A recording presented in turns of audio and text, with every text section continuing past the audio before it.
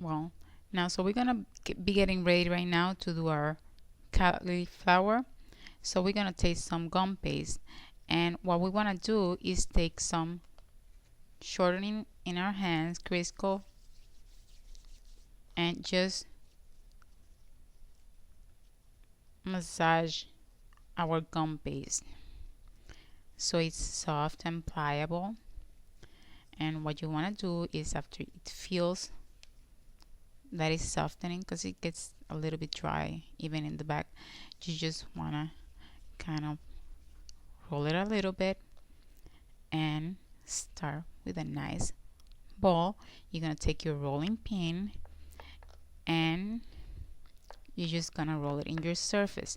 Now, if you see that your gum paste is sticking to your surface, you can take a little bit of cornstarch and sugar and just pat it and roll. And you want to roll this fairly thin,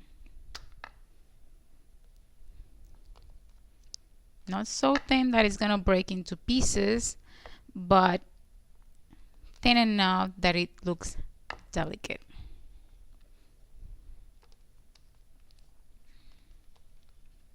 I just keep moving it, not flipping it, but just turning it like this to make sure it's not sticking to my surface. Now, that's almost the right thickness for your flour. After I done that, I take my hard cutter and I place my gum paste on top of it. You can do it the other way, but with this way, you can actually make sure that your edges are completely clean, so you don't have those raw edges that you get sometimes with gum paste. Now, make sure to always put your excess gum paste underneath the cup so it doesn't dry. You have to work fast now because the gum paste tends to dry.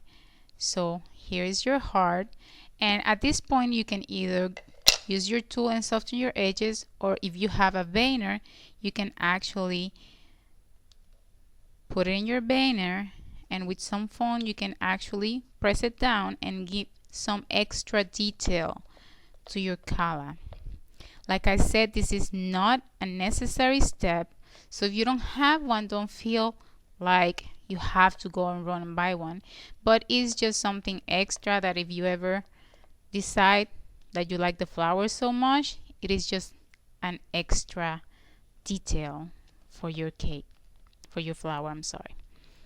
So you see, those are the veins. Now you're gonna take your foam and you're gonna flip your flower, and what would be the veins would be to the foam, and you're gonna take your ball tool, and half of the ball tool is gonna be inside the gum paste and half is gonna be outside on the foam, and you wanna go around the edge. This is to thin your edges, and it's almost like if you were erasing that kind of strand, but not so much that it's gonna break it. So you're gonna go all around your edges, softening them.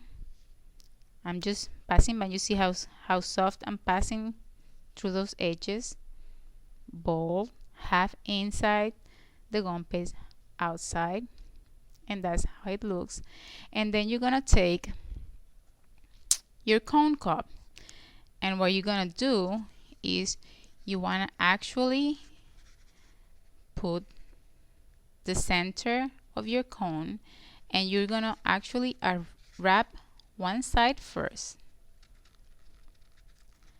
and put some glue, not extremely much, on that side that you just wrapped. And when you wrap the other side, you want to make sure that you leave a hole big enough so the wire can go through it. At this moment, the veins are inside. You don't see the veins to the outside, you see them inside. And you're gonna just go all around all around, flipping your corners. I'm just turning the corners up on my flower, starting from the top, and basically what it looks is just like that. Now what I do right now is, after I have done this, I let this dry, and I think the least I probably would let it dry is like half an hour. When you get really good, you can do it actually maybe at 15 minutes. So you let it dry, and when it's dry, this is probably already half an hour dry, you see it's hard enough so you can move it around, but still soft enough that you have to be careful. Your edges are flipped, and I took my top and just pinched it a little bit, and I'm gonna take my center that I made before, and I'm just gonna put some glue. And you don't want to put a lot of glue in here, just gonna put some glue at the base of it, and find that little hole that you left and drop your center in there and press a little bit. Right now it's gonna feel like it's not gonna attach, but you're gonna have to leave it like this overnight, and that glue is gonna soften the gum paste and it's gonna get attached really nice.